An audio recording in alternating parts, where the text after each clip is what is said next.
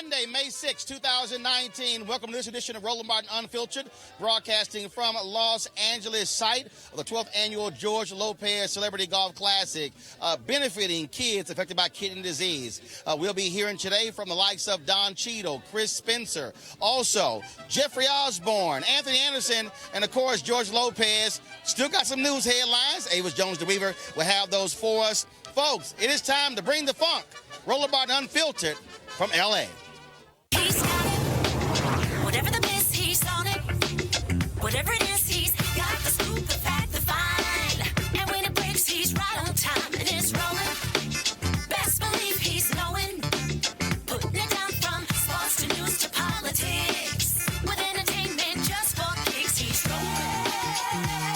Yeah, it's Uncle Roro, y'all.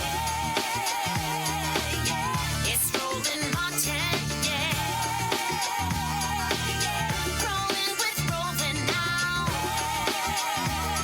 He's funk, he's fresh, he's real, the best, you know he's Roland Martin now.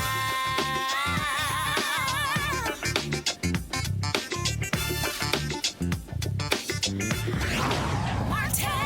All right, we're here at the 12th annual George Lopez Celebrity Golf Tournament here with the host, George Lopez. So for folks who don't know, I mean, what this foundation does, when you see these young kids, people think, oh, yeah, we're out here having fun. But this is also about the kids who you help who are affected by kidney disease. You know, there's a couple of great stories.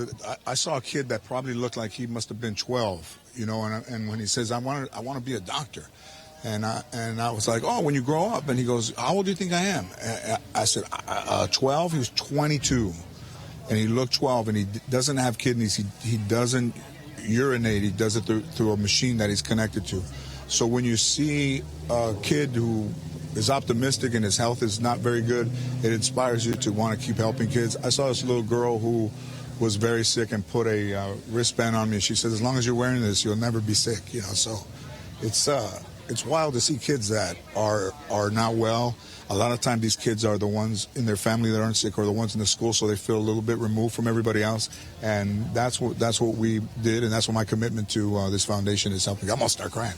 And they go to camp, and they have a great time, and I've got a chance to meet them. We have the award ceremony afterwards, and they're just enthusiastic just for being able to live a life and have fun. Yeah, you know, the kids go to camp, and we also do a camp of their parents as well can come to the camp. The Painted Turtle, who, you know, a hole-in-the-wall gang, Mr. Paul Newman, the great Paul Newman, I met back east at a tournament, and his commitment to, you know, through all the Newman products that help all charity, that I decided to go and send these kids to the hole-in-the-wall camp, but it's called Painted Turtle out here.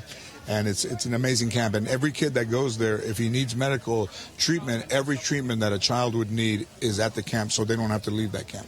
Well, see, that's why every year I tell them point blank that tell George, every Sunday and Monday, 1st in May, I'm going to be here, always be this man to support you and support these kids. Absolutely. Thank you.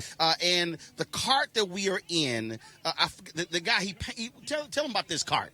There is an incredible artist who paints all around the world. His name is Alec Monopoly. He never allows you to see his face. He was a graffiti artist, started with graffiti artists during the crash in 2007-8. He started painting monopolies as a sign of financial distress in this country, and he just caught on as an artist. And he hand painted this golf cart. It's one of a kind, and it's got my sayings, it's got my colors, and I as a prince, every year I allow the king to use it. So I dropped the cart. So it's an irregular golf tournament because be bumping too. This thing bumps mad sounds, man. Right, they can hear this sucker in Nevada and Idaho. It's incredible. You do right. Best music that is played at my tournament is played from Roland Martin's piece. We're gonna go start the tournament. I think Eva Longoria hits the first ball. Well, we definitely got to see that. As tradition holds, the first ceremonial tee shot will be hit by someone we all know and the world loves. If you would please put your hands together for the very incredibly beautiful and talented and supporter of kids all around the world, Eva Longoria.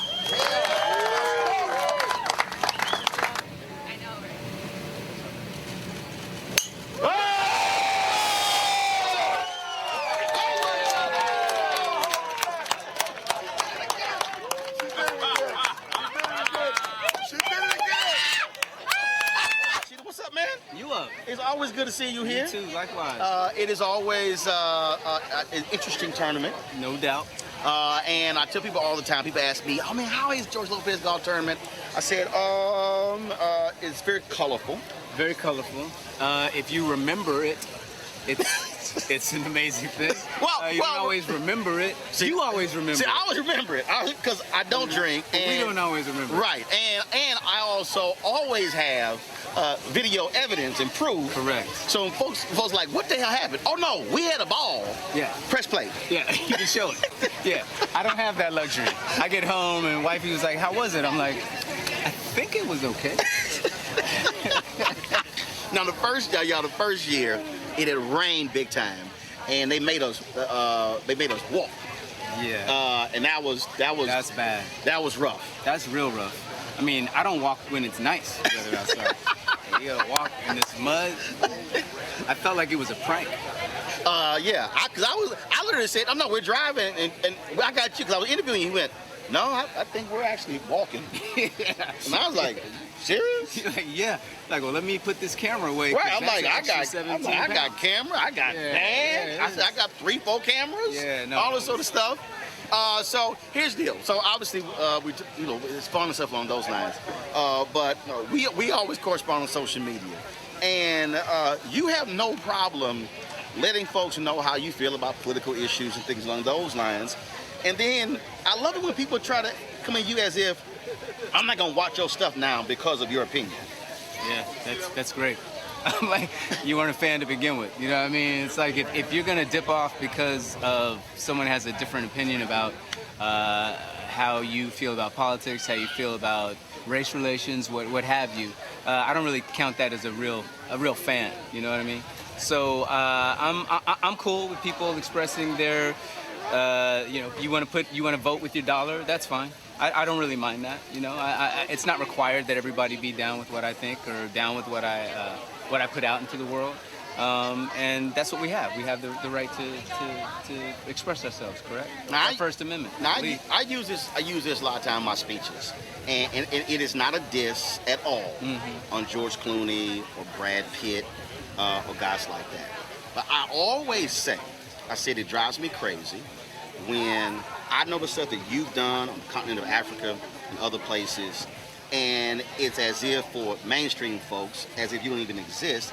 And I always say, guys, look, there are other people who are doing some amazing things who are black, other than a couple of white guys. And again, not a diss on them, but that's also why I say, well, our media matters, because that's important to be highlighted, not just you in the movie, but literally the work that you do helping folks around the globe. Well, that's why I'm, always appreciative of what you do and how you show up for us and how you make sure that you put us on and people make people aware of those things. Because it's all fun. The Tinseltown, all this stuff is fun. But really, when you have this platform and you are able to bring attention to the people that need it and the people who've been doing the work long before we got into the space, long before I was a part of that. That's what's important, and that's when you really are able to use your celebrity for what it's good. What's up, champ? How you doing, bro? Absolutely. What's going on? What's going on? Of course, Oscar De La Hoya right there. So we're just sitting there chatting. Just walks by. But again, that to me, that really is important, because also the public needs to know and understand that that the work that you do, when you go out and you are in these countries and you're seeing these young folks and you're talking with these presidents and these other leaders, that's also important on the continent, because this is, of course, the year of return, 400 years. There's 29 Africans arriving in Virginia. And folks there also want to see us to say we need to have a relationship, a connection, and working together. Yeah, and again, that's why I'm always thankful of what you do and that you make that a priority, because we do need to show up in that way, and we do need to take advantage of what we have and try to come together and create a stronger voice. We always are stronger, together, and always have more impact with unity. So that's definitely the goal. Now, Cheadle, brother, always good seeing you, man. Come on, always love your work, and we're going to have a little fun out here. Yeah, let's do it. In our ninesome. Yeah, we got a big group, bro. We got a big group. It was like a wedding group. If we can't win this year with all the erasers on our team, then we don't deserve to win. right, baby. See you out there. All right. Again, folks, that's Don Cheadle. You, of course, be sure to support him on social media and all projects that he has covered up as well. All right, folks, right now I'm going to toss this thing back to the studio. Avis Jones-DeWeaver, she's there with today's headlines. Avis, take it away. Thanks, Roland. In today's news, the new National Rifle Association President Carolyn Meadows has dismissed Representative Lucy McBath's congressional win, saying it was because of her minority status. She says, quote, "It is wrong to say, like McBath said, that the reason she won was because of her anti-gun stance. That didn't have anything to do with it.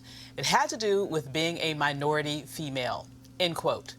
She completely ignored the fact that McBath ran on a platform inspired by the shooting of her son, Jordan Davis, who was killed for playing his music too loud. Representative McBath fired back on Twitter saying, "Hi, NRA, it's time we clear something up. I won this race because after my son was senselessly murdered in 2012, I stood up to do something about it. I knew it was the time to fight back." Following up on a story we reported on Friday, Tennessee House Speaker Glenn Casada's top aide admits to using cocaine in the legislative office building before he became chief of staff. This comes just days after it was revealed that top aide Cade Cothran sent racist text messages that included racial slurs and other derogatory remarks about African Americans. Speaker Casada says he knew about the drug use and he's standing by his chief of staff. We'll keep you posted on this story. In Georgia, Mayor Teresa Kennerly of Houston is under fire for allegedly withholding a job candidate for consideration for city administrator because he's black. Houston is nearly an all-white community 50 miles outside Atlanta, and the mayor reportedly told a member of city council that she pulled the resume of Keith Henry from a packet of 4 finalists because he's black, and the city isn't ready for this. Mayor Kennerly denies making that statement. And beauty pageant history has been made. For the first time, Miss America, Miss Teen USA, and Miss USA are all black women. Chelsea Christ won the Miss USA contest. Kaylee Garris won Miss Teen USA, and Nia Franklin was crowned as the 2019 Miss America in September. We've come a long way since Vanessa Williams back when she won Miss America back in 1984. And finally, there's a new black baby in the kingdom. The Duke and Duchess of Sussex, also known as Prince Harry and Meghan Markle, welcomed their first child today. A little boy and is the first interracial baby in the British monarch's history. This newborn is 7th in line to the British throne behind Prince Harry. Congratulations to the Duke and Duchess. Now let's go back to Roland at the George Lopez Golf Classic. All right, it's time for us to go on out there. Let me ask you real quick here, because a couple of quick questions. It's always good to see you here at the George Lopez Golf Tournament. But before I get to the George stuff, we got blackish, we got grownish. What's the new one, mixish? It's something. Bowish, mixed-ish. I mean, but you also a show creator. So that also means that you're now getting multiple show checks? Well, I am getting multiple show checks. I have to correct you. I'm not creator, just the EP. Okay, got it. It's the EP. But yeah, multiple checks. Absolutely. Yes, sir. And so you thinking, are you right now thinking of other issues that you can do? Oh, yes. I mean, because you're about to turn into the Dick Wolf. You know, it's like every ish that's out there, I want to have a part of. Like all those Law and Orders. Yes. Yeah, there were 3, and we got 3. I think there were like 8 different Law and Orders. Well, there was SVU, there was Criminal Intent, and there was the mothership that I was on, Law and Order. No, was it? Because it was another one, like 3 or 4. Right. And then the LA, Law and Order LA. It was just so do you and Kenyon sit around and go, okay, maybe we can do just come up with different issues. You know, we did, but before Blackish was on the air, we sat up and talked about how we wanted it to go. And as who said this in the movie? I love it when a plan comes together. Jack Nicholson. Absolutely. I love it when a plan comes together. But see, well, here's what I love, because you and I talked about this. All of the people, who the hell is this Blackish? They were dogging the name, dogging the show, hadn't seen nothing. Right. And now you're working on a third show. Hadn't seen any content and was taking the title out of context. But you know, you look at us now, 6 seasons in, 2 spinoffs after the original, so can't complain, baby. Also, we got to talk about my namesake, my fictitious daughter, Marseille Martin. Yeah. Dude, executive producer. The movie Little was absolutely hilarious. Again, giving Next Generation a shot, and now she's doing her thing. Yes, I mean, I knew she was special when, she came into the room to read for the show. Didn't know how special she was, but I knew she was special, and and look at what she's doing right now. The youngest executive producer in the history of Hollywood, a young black girl from Dallas, from LA by way of Dallas. So, I'm happy for her. I told her, first episode, first season, that she was going to take care of me when I got older, and I'm holding her to it. I'm holding her to it. And of course, your boy signs this major deal with Netflix. First text I sent him was, "Can I hold something?" No wonder he told me no when I sent him the same text. You beat me to it. Yes, I was real quick. I'm like, you signed a $100 million deal with Netflix. A black person will say, "Can you let me hold something?" Mr. Barris. Yes. I can't call him the first name, Mr. Barris. Hold on 1 second. How you doing, baby? All right, y'all. Another one of the folks who regularly plays, Andy Garcia here. Andy, because you won the Pebble Beach, right? Did y'all win that? I did win it, yeah, many years ago. Yeah, and 97, yeah.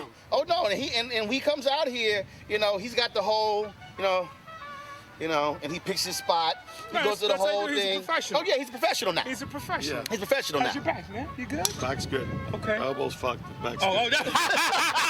One goes, the other one goes.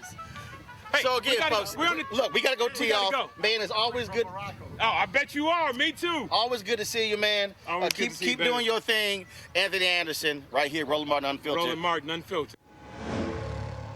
What's going on? You got your rocket stuff. I gotta represent.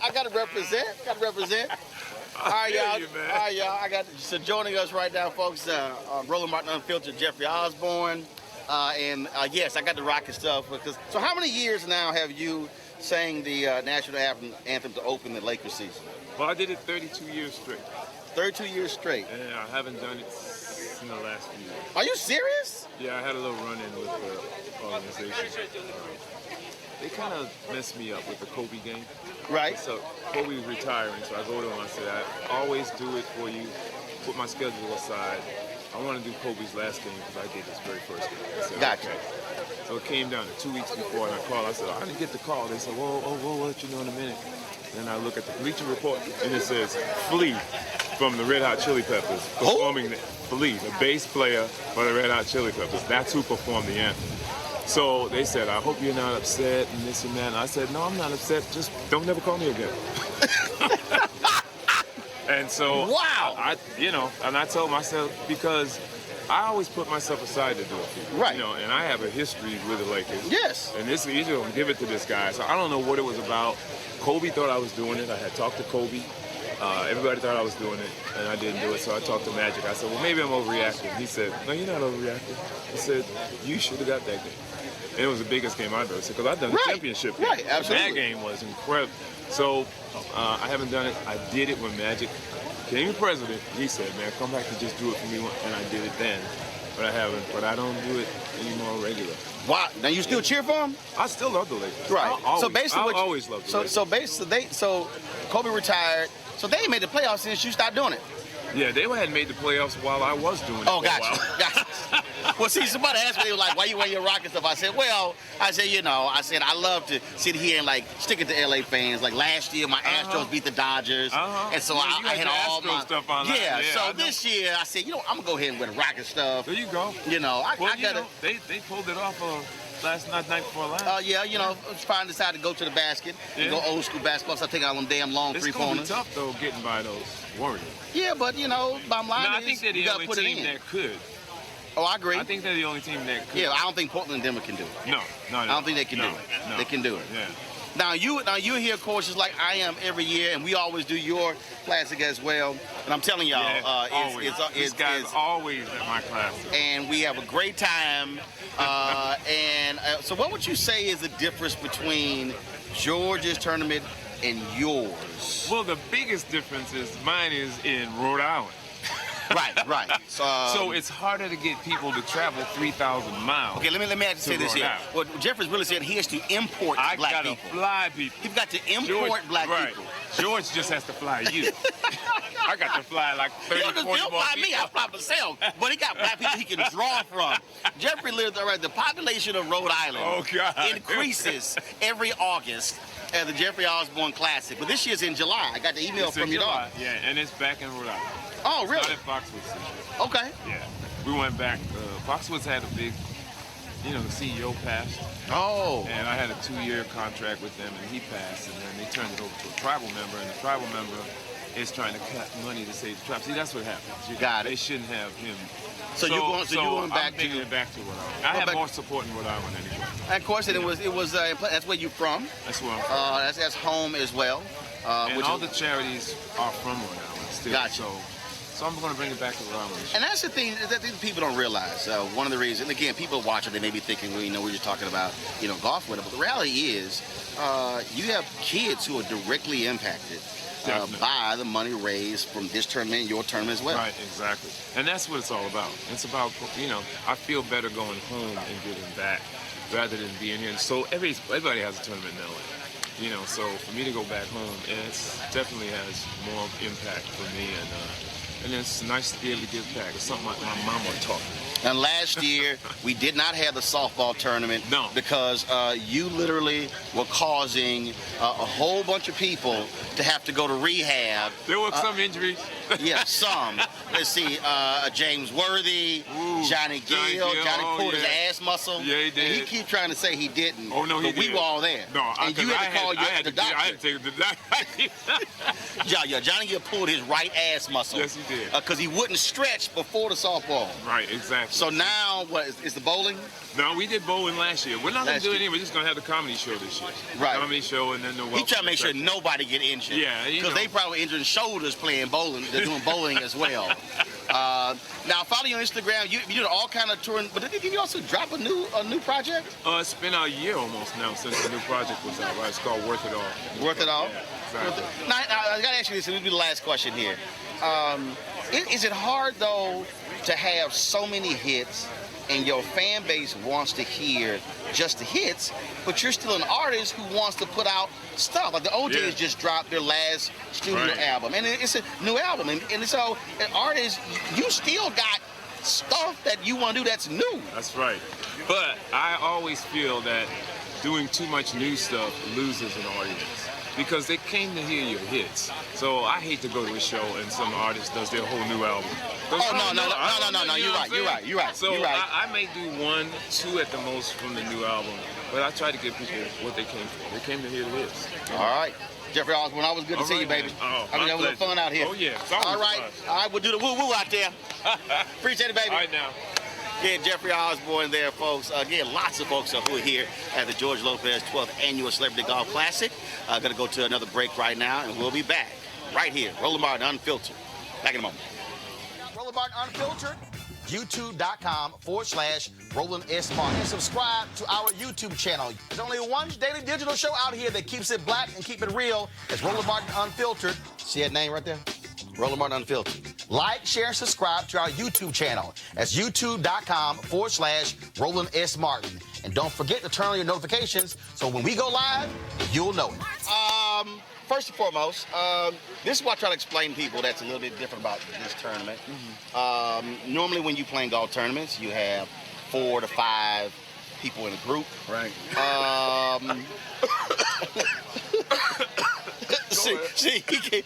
He knows. This is, you might have 7, 8, 9. You might see less people in Earth, Wind, and Fire than in these golf groups. Yeah. I mean, that's what's a little different about this Last tournament. time you played with George, you were in the first group, I remember. Yeah, and it was a 9-some. At least. Yeah. And we added a couple of people. Plus the photographers and the reporters that was following y'all, so it was a lot. Yeah. But the actual number of players, and then what gets me is, so do you recall ever what your team shot in this tournament? Never. I know we've never won. I mean, they keep asking me, and I'm going, I don't know. Yeah. Because this is not actually about winning. No, it's about the camaraderie, the food, the after party. Right. And getting to see people who are on TV. that you don't get to see. I get to see this dude 2 or 3 times a year, so it's great that, you know, he brings this tournament. He has this tournament. He gets to bring all of us together. And definitely get to hang out. And then when you talk about, of course, the other difference is normally golf is quiet. Oh, yeah. Normally it's shh, hush. Not here. No. It's don't expect it. No, it's extremely loud. It should be extremely loud golf. It should be extreme golf. Now let me tell you something. So I was here. I guess it was about a year and a half ago, and Chris, Buddy Lewis, myself, we decided to go play golf. Yeah. And I had the tunes going, and let's just say I was playing some music. Let me tell the story so you don't have to brag about yourself, because I know you do that all day. So this guy is from the Alpha fraternity, Phi Alpha, and Buddy Lewis is Omega Psi Phi. He wears purple and gold, and his head covers a dog, and he might even eat dog food. That's how heavily he's invested into this. So Atomic Dog came on Roland speakers, and Roland told him he can out hop Right. Buddy Lewis. It was embarrassing. Actually, no. Chris dared me to play Atomic Dog. Yes, because I knew Buddy could do it, but I know Buddy. And I went. Buddy has torn at least 3 ACLs hopping. And I went, oh, seriously? So we murdered him. The thing is, he's twinkle toes. He's like, do you remember that episode of Fred Flintstone when he was on the drugs? He's really light on his feet, so to see him doing it, I was like, you might have joined the wrong frat. You were supposed to be a Q. But the other thing, though, is that, of course, being from Houston, I got Dirty South, I got blues. I was playing some stuff. My God, yes. See, that was the story I had never heard. This stuff I had never heard. What'd you put me on to? Chris was like, what's the dude? They don't play this up here. The side chick song. My side piece. What's the song called? My side piece. Well, how's it go? He was playing these blues. You're so funny. I left home to get my side piece. Chris I was like, yo, play another one. Play another one. They was playing golf. I was on his iPhone going, I've never heard of this stuff. Chris, they don't play that up here. They don't play that yet. They don't play that here. KJLH don't play nothing about side pieces. We were going song and song. So and Chris, blues, you put me on to? Chris was Shazamming everything. I had never heard this stuff before, but I play it now. There you go. There you go. My wife was like, what? She don't really like the side piece song too much, so I had to. So you had to listen to that in the car? Yeah, I had to listen. That's just for me. Right. Yeah. But it's a jam though. Oh my God! Listen, if you ever do a comedy special, you got to come out the side piece. I mean, it's a jam. It's fantastic. It's a jam. Yeah, it is. All right, folks, we got to go check in and get ready. Man, always good to see you. How about the Rockets? First of all, I did an interview earlier, and I said, after the first 2 games, we lost. I'm like, see what happens when you take it to the hole, stop jacking 3-pointers. You actually, old school basketball. Well, what happens is, if you drive, then they're going to give you the jumper. And if you shoot jumpers, they're going to let you drive. But if you refuse to drive, they're going to say, he's off, let him shoot. Right. And if you keep missing, guess what? Long rebounds, fast breaks. And especially against them. Right. Yeah. So they changed it up. Yeah. Went old school in game 3, won. I'm just saying, I literally text Mark Jackson when he's commenting in the game like, yo, damn it, can they take it to the hole? And here's why I do that, because folks sit here and go, man, how you be sitting and texting Charles or Kenny, and I'm like, because Negroes text me when I'm on television. Trump ain't, look, say this. Right. I'm one of them. So my deal is like, if you're going to hit me, I'm going to hit you. All right, y'all. Chris, we about to go get ready. Of course, that's another one of them. I forgot that little fraternity you in. So, all right, Chris. All right, folks. Again, we're here at the George Lopez 12th Annual Celebrity Golf Classic. Got to go to a break right now. I'll be back. Roller Martin Unfiltered. You want to support Roller Martin Unfiltered? Be sure to join our Bring the Funk fan club. Every dollar that you give to us supports our daily digital show. There's only one daily digital show out here that keeps it black and keep it real as Roller Martin Unfiltered. Support the Roller Martin Unfiltered daily digital show by going to rollermartinunfiltered.com. Our goal is to get 20,000 of our fans contributing $50 each for the whole year. You can make this possible. rollermartinunfiltered.com. All right, John, so let's talk about Camelot's End. So for a lot of people who are not political junkies, look, they know Carter was president, then, of course, ran against Reagan. He lost, and people said Carter was a horrible president. And so what really were you trying to achieve with this book? I did not, Roland, set out to write this book to tell a lesson, to like impart some, to impart some lesson to people. I really was attracted to it because I thought it was a great story. And I know that sounds maybe a little hokey, but I was born in '77, 3 years before all this went down. And I heard about this story back in 2013. I was at a Democratic meeting here in D.C. I ran into two operatives who were at the convention in 1980, which is the photo on the cover. Mm-hmm. And they tell me the story about, hey, Jimmy Carter, on the last night of the convention, was chasing a drunk Ted Kennedy around the stage on live national television. Right. And I said, really? That happened? And so it was just a series of moments where I just thought, wow, that really happened. And actually, a few minutes after I heard that story, I ran into Anita Dunn, who worked she was a young person in the Carter White House at that Mm-hmm. time, went on to become an advisor to Obama. And she told me about how this whole fight divided the Democrats throughout the 1980s and into the 90s. And so I thought, okay, there's a lot of really interesting stuff there that we don't know about 1980 or we don't focus on because everybody just talks about Ronald Reagan. Right. And there's some historical scope there. And as I got into it, I realized, okay, 1980 was the point at which the Democratic coalition that had kept them in power as the dominant party since 1932 and the New Deal until basically 1980. That's when it really kind of finally fractured because the Democrats lost the South pretty much for good. I mean, Clinton won it back some in the 90s, but that coalition never came back. Well, what was interesting, though, but not even just focused on 1980, was as I was reading this book, people also don't quite understand that here you had Carter, who runs for president from the Deep South. Yeah. You're just coming out of the Black Freedom Movement, the Civil Rights Movement. Yeah. And so which I had not really understood before, was Carter appealing to racists, appealing to that George Wallace wing of the party to ensure that he got elected governor, Yeah. but then also having to still appeal to them Yeah. to be elected president. Yeah. Yeah. So in 1966, he runs for governor and loses. He ran as a moderate on race in that year. And 4 years later, he had learned his lesson. And in 1970, he runs for governor of Georgia and runs a campaign that in some ways overtly appeals to the George Wallace white supremacist vote. And in other ways, he kind of looks the other way, as some of his operatives put out flyers showing Sanders, his opponent in the Democratic primary, getting champagne poured over his head by a black member of the Atlanta Hawks. And Sanders himself, who was the former governor, said, this is them trying to make me look like I love African Americans. And he didn't use the word African Americans. And so, what's really interesting about the difference between 66 and 70 is the fact that Carter had a spiritual awakening in the wake of 1966.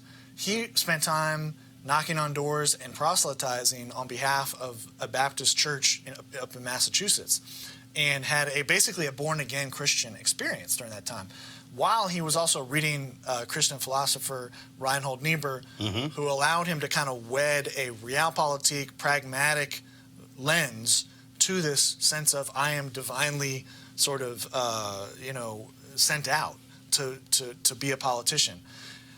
There's a lot there that I'm talking about, and I'm going to get to the presidential in a minute, but I think what you have there is that he was willing to look past some of the ugly elements of his 1970 campaign on race by seeing himself as somebody who was on a mission from God in some ways. But it speaks to, though, this reality of our politics. Yeah. That many of these candidates could not run Absolutely. as purists, could not run as fully embracing a white Southerner, fully embracing the issue of civil rights. It's not like in Jimmy Carter's history, he was this bigoted man who joined the Klan. Right. That wasn't the whole deal. Right. But in essence, he had to make a deal with the devil. That's right. That if I want to ascend to higher office, I'm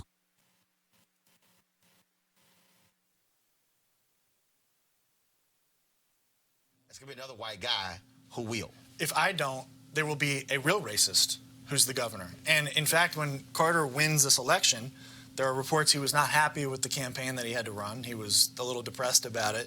And he went on to give a speech in his inaugural address where he said the time for racial division. I can't remember the exact phrase he used. Do you remember it? But he basically said that the time for racial white superiority is over. And then all of a sudden, the racists who were going like, yo, dude, what the hell? Exactly. We just voted for you. So he pulled a bait and switch on the white supremacists. There's a lot of moral complexity here to the idea of running a campaign that is doing things that are ugly in order to, in some ways, defeat those elements. And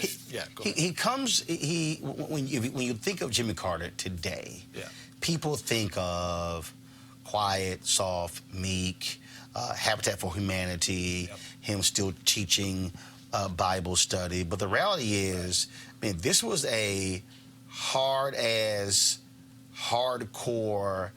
I'm going to get what I want politician. Oh, yeah. Yeah. There were people that said, don't pay attention to that smile. That smile does not mean a thing. Because I think it's helpful to remember, he grew up in rural Georgia, southwest Georgia. He grew up on a farm. His dad was a successful farmer, but they grew up without toilet paper. Mm-hmm. They grew up without running water and electricity until he was about 10 or 12 years old. And he just willed himself to the Naval Academy. He willed himself up the chain in the Navy, and he willed himself into the state Senate. He had to overcome some incredible barriers just to even get into the state Senate in Georgia, and then he became governor, all by just sheer force of will.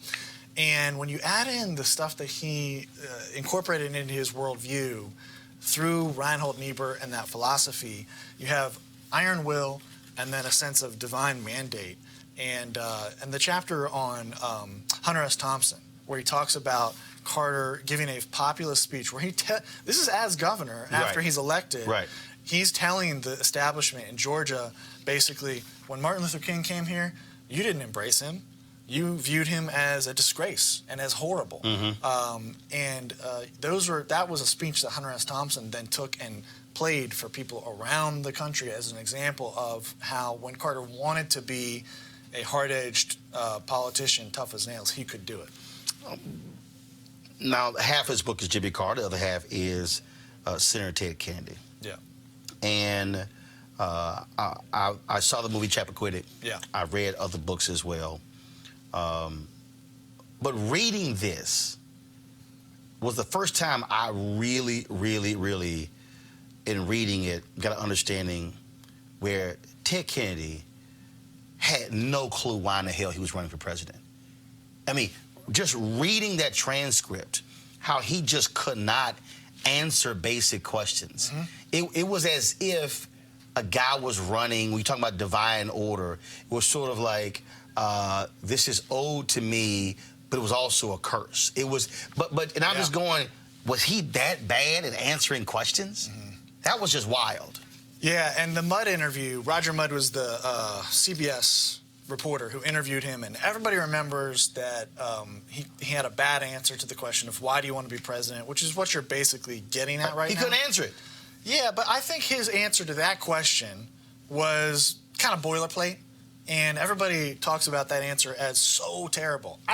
If you really look at it just in isolation, it's not a great answer. It's also not a disastrous answer. What it revealed was what you're talking about, which is that he felt entitled to the job, and in the fall of 1979, just before this interview takes place, Jimmy Carter is in so much political trouble. He's 2-1.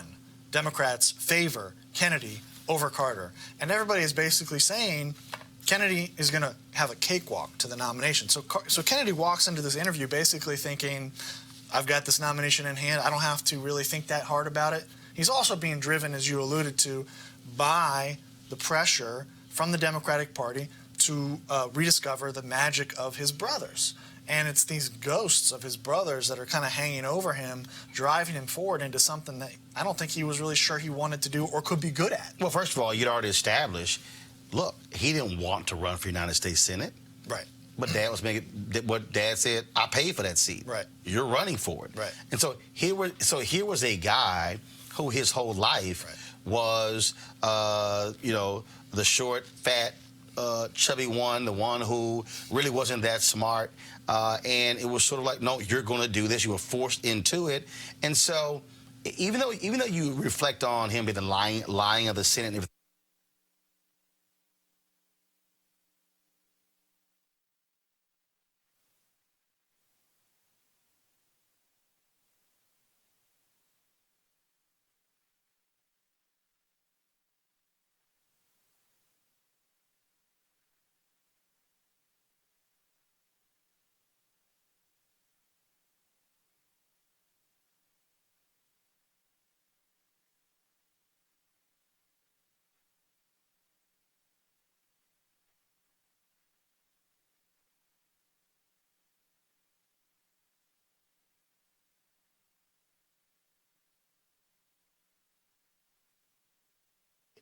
Because as long as he does that, the other guy will look like a jerk and he'll kind of walk to the nomination. That's sort of a paradigm for a lot of his career. He just had to show up, and even if he got ripped to shreds, like, he would kind of get there by virtue of his family and the name. And you look at that life of doing something that you're not really sure you want to do. That had to be part of why he was troubled with alcoholism and a lot of misbehavior in his private life. And it was stunning to see how these two just did not get along. Yeah. And how you get this one figure who was this devout Christian, and then I'm sure he's thinking the person I'm talking to is just the paragon of evil. And then Kennedy is probably thinking, I got this self-righteous SOB who thinks he knows what's best. Right. And they just flat out did not like each other. Yeah. Yeah, and it's funny because Carter's self-righteousness still is a problem for him today. I was just talking earlier today with Jen Palmieri, who was an advisor to Clinton. We had a long conversation about a number of things, but we ended up talking about this book, and she said all of the ex-presidents really don't like Jimmy Carter. Obama, both Bushes, Clinton, none of them like him because of his self-righteousness. And that was part of why Kennedy didn't like him. Kennedy also probably just thought, I mean, we have information that tells us this, that Kennedy felt like he was out of his depth and he didn't know what he was doing. And he was he was wrecking an opportunity for Democrats to take the country in a positive direction at a time when the country really badly needed leadership. Well, it's hilarious to me, though, when you say that, because even though Carter was very hardcore politician. Yeah. I've often said that Democrats have made a mistake by pushing Jimmy Carter to the side. Yeah. I've always believed they made that mistake because here is someone who has had an amazing post-presidency, a person who can offer a vision that is not necessarily driven by politics. Yeah. And I'm going to get to a second where the issue of character came up. But really somebody who can issue a clarion call where self-righteousness is important. And I think if you look at Clinton and Obama, your Democratic presidents, I think you look at folks who were deal makers, individuals who didn't necessarily have that. And I think his faith is a huge part of it. Oh, yeah. So I don't understand how you have a Democrat who was former president, who's a strong evangelical, and you don't use him. Yeah. I'm sorry, it's the dumbest thing in the world to me. I've never understood that. I agree. I think we do a disservice to ourselves when we talk about Jimmy Carter in such a one-dimensional way. We've touched on his weaknesses, but as you mentioned, his post-presidency has been remarkable. and exemplary. And he's done an incredible amount of good. And I think when you even talk about it in terms of electoral, pragmatic politics, let's look at 2020. Let's look at, you know, you and I have talked about this. Are there Trump voters out there that could go for a Democratic nominee? That's open to debate. But I would say that the way that Democrats have been positioning themselves on abortion of late is reducing the number of people who are in that pool of people who voted for Trump that could vote for a Democrat. Because let's face it, I grew up in a family that was largely apolitical, largely white evangelical fundamentalist, and our lack of political involvement was augmented by one issue: abortion. And that shaped our political worldview. Now, I've done a lot of work over the last few decades to become aware of the full world of politics, and I've had a lot of experience in that. But I still talk to family members who are in that world, and they're not like in the hills of Kentucky. They live in Montgomery County, Maryland, 30 miles north of here. So I think that's one issue where the Democratic Party has not done a good job on faith. And here's where I think it comes in. And in fact, in reading this, I said anybody running for the presidency today who's a Democrat should actually be using this playbook. Here you say, Carter and his advisors discussed the need for moral leadership in the country in the wake of the Vietnam War.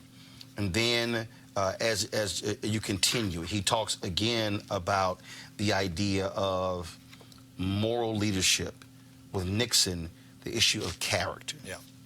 I read that, and that's in pages 83 to 89, and what jumped out at me was I said, if I'm running for president right now, that is exactly how I'm going to frame it with Donald Trump. That it's not even really about what you lay out here. It really wasn't even about Carter laying out, these are my policy, this is where we need to go. What he was saying is, after Nixon, character matters in the Oval Office. Yeah. And I absolutely saw, I was just reading it, I could literally hear a candidate in 2019, 2020 making the same argument saying, sure, you can say, oh, God, I've got a great tax cut and this, that, and the other. Yeah. But this man does not have the character to be president. Yeah, and you know, it's an open question whether that's going to happen to me, because Priorities USA, they're a huge Democratic group. They just put out a huge polling memo this week saying we've got to focus on the economy. I agree, the economy is a big deal. See, I think they're wrong. I think, see, this to me is where, again, if you take the self-righteousness of Jimmy Carter, yeah. You've got independents who are completely turned off by Trump's tweets, the sucking up to North Korean leader, all that sort of stuff like this. This is where you can make an argument that's not policy, that's not partisan, right? That's not left, right, red, blue, right. That's not south, north, east coast, west coast. The argument is simply, we need to return to a day where you actually trust what the president says. Yeah. Return to a day where you wake up and you don't have to ask the question, is he lying today? Where you don't have literally fact checkers going, he's about to approach 10,000 lies in this presidency. I think, again, if they read just those 6 pages and they read how Carter saw the country, I do believe where we are right now is a character, moral leadership question. Here's where I think the Democratic Party might have a part of a challenge in getting to what you're talking about.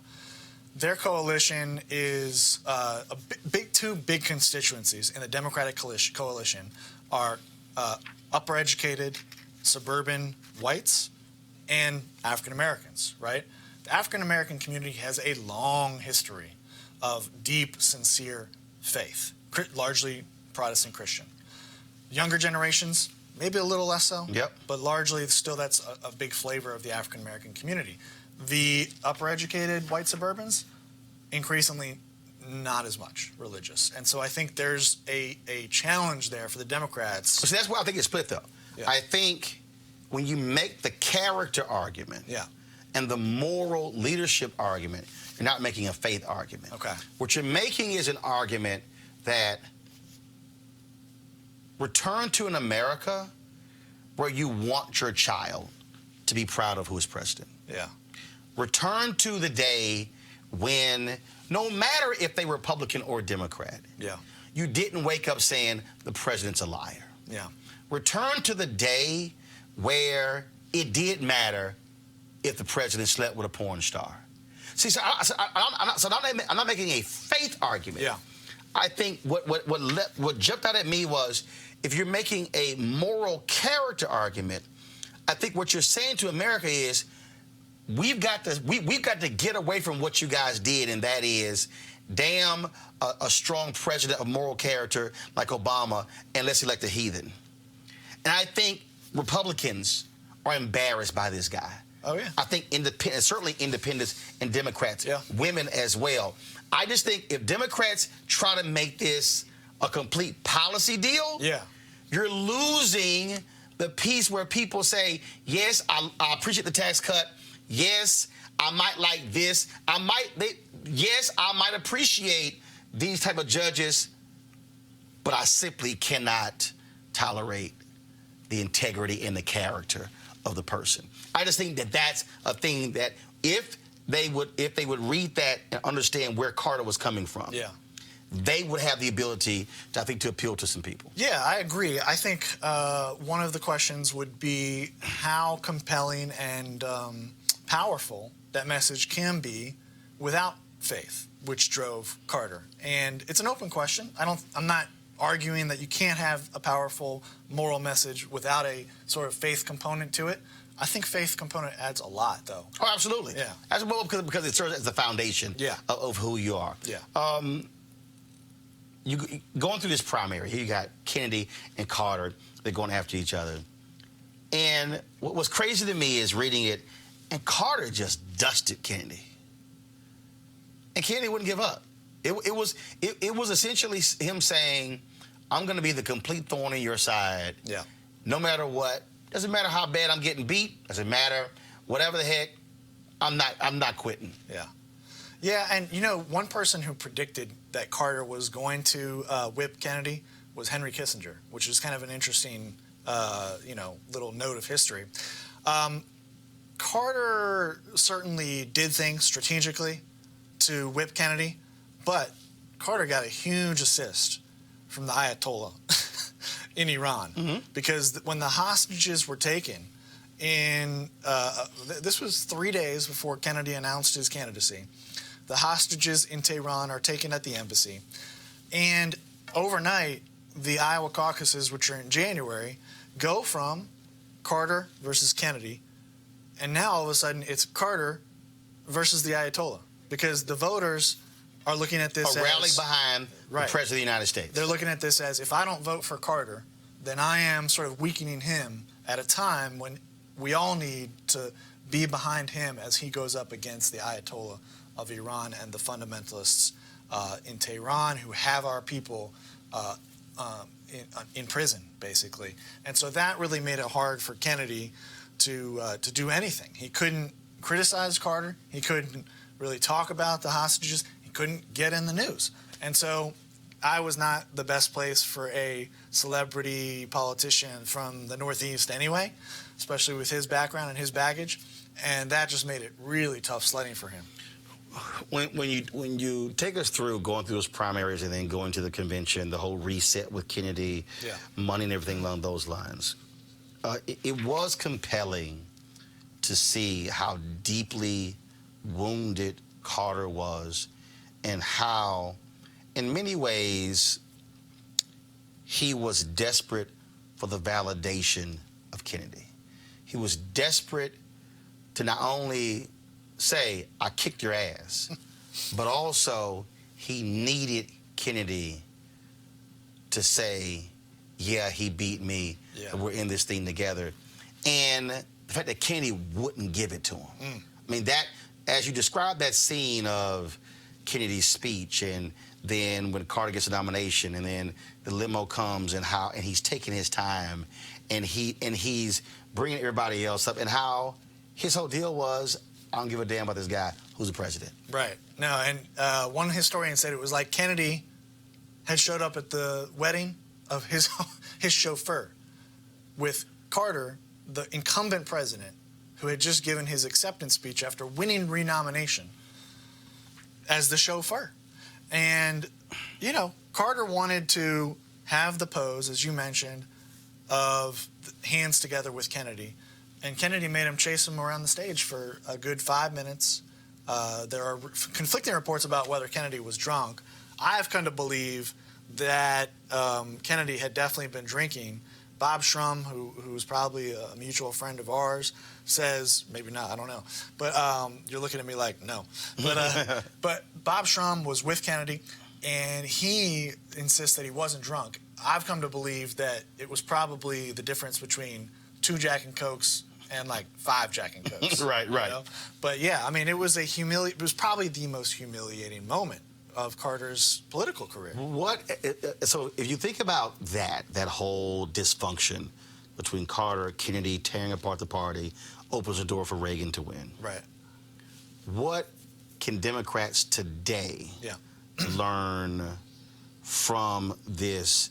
Because when you see Clinton folks leaking stuff about Senator Sanders flying charter planes, and them still not being over that, the Sanders people still being pissed off, saying it was stolen from us, and now you have other candidates who are now running as well, and then people are going, yo, you guys, if you keep this up, you're going to guarantee this guy wins. Right. What do you think Democrats today, not just people who are running, but actual voters, what should they learn from what the craziness that happened between President Jimmy Carter, and Senator Ted Kennedy? Well, I think there's different lessons for voters, and there's different lessons for Democratic operatives. For the operatives, you're kind of getting to it. There's a difference between really aggressive, robust debate over where the party should be, where the country should be, the qualifications of the candidates, all that. That's all fair game. It's when you start playing dirty that you're probably crossing a line, and it's where you're putting the desire to win ahead of the good of the party and the country, maybe.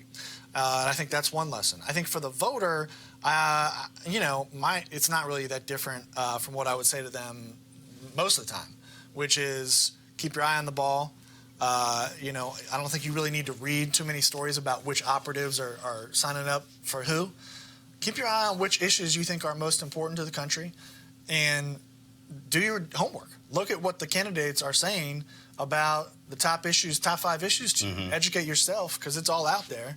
And then, do the job you can do with your social network, with your peers, to make these issues on their radar. Was it surprising to you that these two never really made up? Not really. The thing that did surprise me was that when I interviewed Carter, I asked him if Ted Kennedy ever kind of got redemption. And he made a comment to me that indicated that he had come a little ways from where he was in the past. Because even 8 years after that election, he couldn't say anything nice about Teddy Kennedy at the '88 convention. But he said something really nice about Ted Kennedy. He said, I don't think he needed redemption. I think he was one of the greatest senators who ever lived. And that was I don't think he could have said that 10, 20 years ago. I still think it's amazing when you think about the political grudges and how they continue, and how even when people try to put them together, how they still never really gelled. And to me, the mistake in that is there's something bigger than you as an individual and your individual rivalry. That when you think about your stars in your party, that's where you say the good of the country must be better than our personal pettiness. And I think that that's one of the things that I think resonates today. And that is, You can be pissed with the last election, right? But it's the last election. Yeah. It's over. If you didn't win, you didn't win. Okay? In the case of Carter, you won, but you won the primary. But you were severely wounded as a result, and you won the biggest thing of all, which was the presidency. For Democrats, you were angry and pissed off at Jimmy Carter because he didn't do this and didn't do that. But what did you end up getting? 12 years of Republican rule. Right. Ushered in the moral majority. Right. Ushered in Newt Gingrich taking down Speaker of the House Jim Wright, taking over the Republican Party. Yeah. And so to me, the lessons are be very careful who you try to take down today, because you can be taking down a lot more than just that person.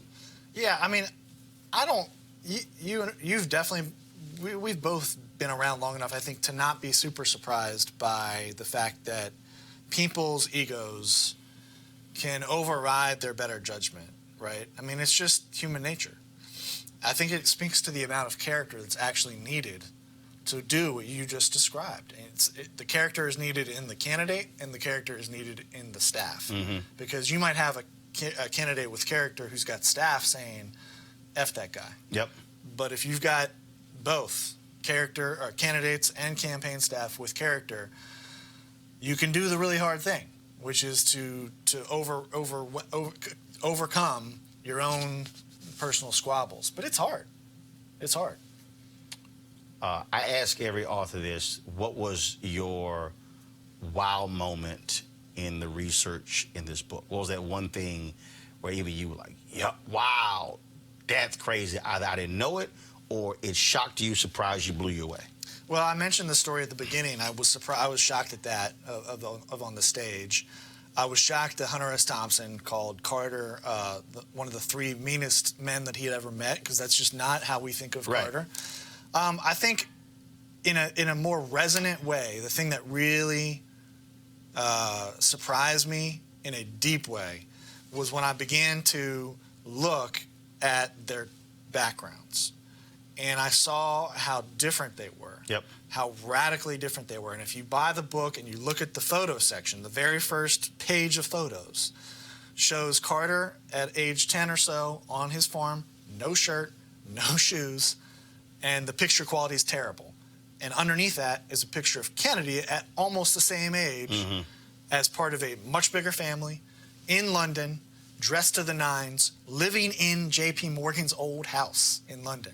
Right? So the difference between their upbringing and the fact that they entered politics around the same time. Right. And then they began to kind of ascend the ladder at the same time until they finally collided in 1980. And even the collision had about 8 years, 7 or 8 years of run up to that. So that there was like this sense of fate to me that brought them together that I thought was really interesting. All right, folks, the book is called Camelot's End: Kennedy versus Carter and the Fight That Broke the Democratic Party by John Ward. That's the book right there. So you definitely want to check it out.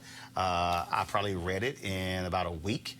And so those of you who love politics, I think you would certainly learn a heck of a whole lot. A lot of stuff you were not aware of when you think about these seminal figures, President Jimmy Carter and, of course, the late Senator Ted Kennedy. John, we appreciate it. Thanks a lot. Thank you, Roland. All right. Appreciate it. All right, folks, I certainly hope you enjoyed this edition of Roland Martin Unfiltered here at Lakeside Golf Club for the 12th annual George Lopez Celebrity Golf Classic. If you want to support the George Lopez Foundation, please do so. You can go online and check them out, and it's all about the kids who are fighting kidney disease. All right, folks, I'll be back in the studio tomorrow in Washington, D.C. for another edition of Roland Martin Unfiltered. Be sure if you want to support us, go to RolandMartinUnfiltered.com. Join our Bring the Funk fan club. We certainly appreciate all of you who are members of our fan club. You can pay by Cash App, PayPal, or even Square as well. And so this is what we do, taking our show on the road, bringing you stuff that nobody else is bringing you. And we certainly want to thank George Lopez and the George Lopez Foundation, Linda Small, and all the folks with the foundation for making this possible. So we certainly appreciate that. All right, folks, y'all be sure to have a great day. I got to go play golf. Holla!